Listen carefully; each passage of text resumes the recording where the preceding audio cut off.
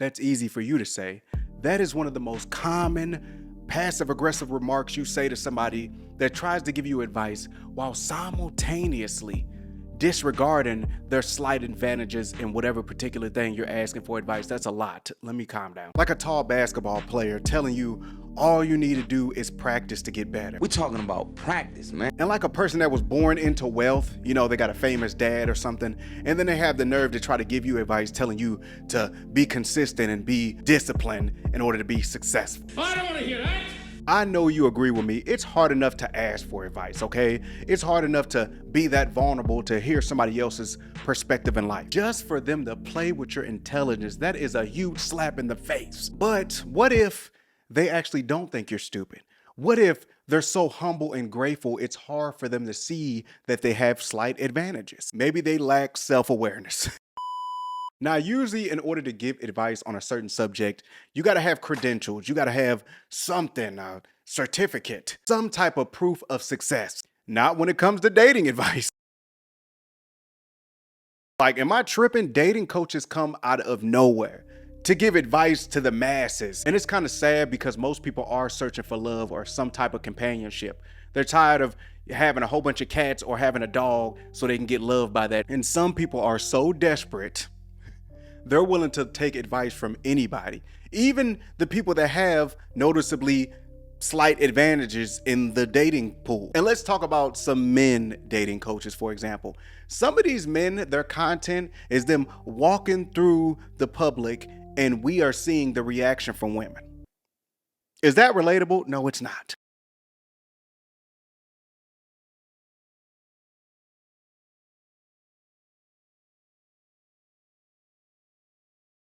And most men that post the content know it's not a normal thing. They know it's not regular. That's why they post the content. But these same men will turn around and say, all you need is confidence to get that type of reaction from women when you're walking to random places. Well, I'm gonna tell you this. I walk sad, glad, happy, mad, and I still don't get no reaction from anybody except for cops and security officers. And none of them are women. If you're enjoying the video so far, make sure you hit that like. I don't want to hear that. And the women are not safe in this situation, this conversation. The women are just as bad. It'll be a super married woman with a good husband and a family trying to come online giving other people advice. They say the same thing. These married women be like, all you women need to do is be feminine and submissive and you will find your husband. That's not true. Hit the like button. You could be the most feminine, down-to-earth, submissive woman, and you can run into a whole bunch of men that just want to have sex with you. And when a man wants to just have sex with you, he just wants to have sex. But we can't be upset with them coming online, giving their 2 cents, giving us little advice or trying to give us advice because they're just trying to make content, and content is content. Most people will say anything or do anything for views. Just like fitness influencers. Yes, they get on my nerves. There are thousands and thousands of fitness influencers. Even people with less than 1,000 followers, they will casually drop gym videos of them working out. The question is, are they trying to motivate us or are they showing off? I have another question. Out of all these thousands and thousands of fitness influencers, how many of them had full body transformations? How many? Not that many, which means most of them already had decent bodies. They're just working out to tone it up, okay? Once again, not really relatable, which means they're showing off. Now, don't get me wrong, it takes a lot of confidence to come online and show off your body, a full body at that, to the world. Everybody can see it. Your family, your friends, people that hate you, people that love you, everybody's looking at your body. That's weird. But to come online giving motivational speeches about working out when you are semi-healthy, that is disrespectful. I only want to listen to people that had full body transformations. They was a little on the heavy side and they slimmed down and they're still healthy. That's the people I want to listen to because it's easier said than done. If you're already one of those people that have a decent body and you work out here and there, you can eat whatever you want and you're still going to be small. You're just not going to be toned up, which means you have the ability to eat whatever you want and then do a little workout video, say a little motivational speech, and you could be lying. That's why I don't want to hear it. You're low-key not even capable of getting that big. I've seen what you eat. And I know this makes me sound like a hater, okay? But I am just tired of people coming online lying about what they're doing. Just like successful people. You stay consistent, never give up, stay disciplined. People. Yeah, it's not that simple, but you need a team of passionate people that are not chasing money. And I say that because the money's gonna come eventually. And you know how lucky you will be to find a group of people that are passionate about what they're doing. They don't mind putting time and money into the goal of being successful.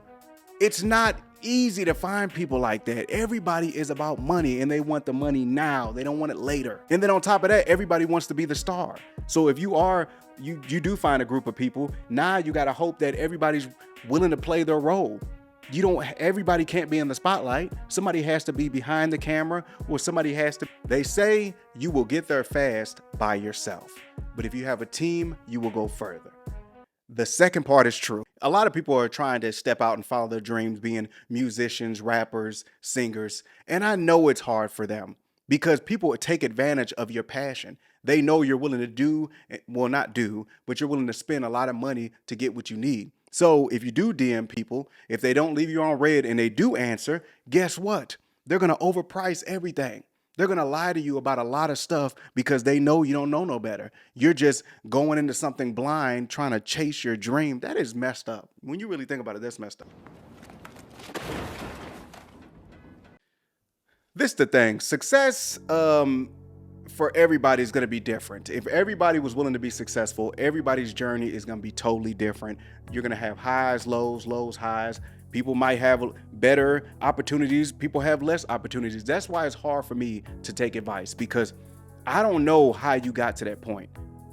I'm never going to know. I'm not around you 24/7. So to all you dating coaches, you fitness influencers, you successful people, okay, enough with the advice. If you're going to give advice, be self-aware, be vulnerable, and tell us the truth.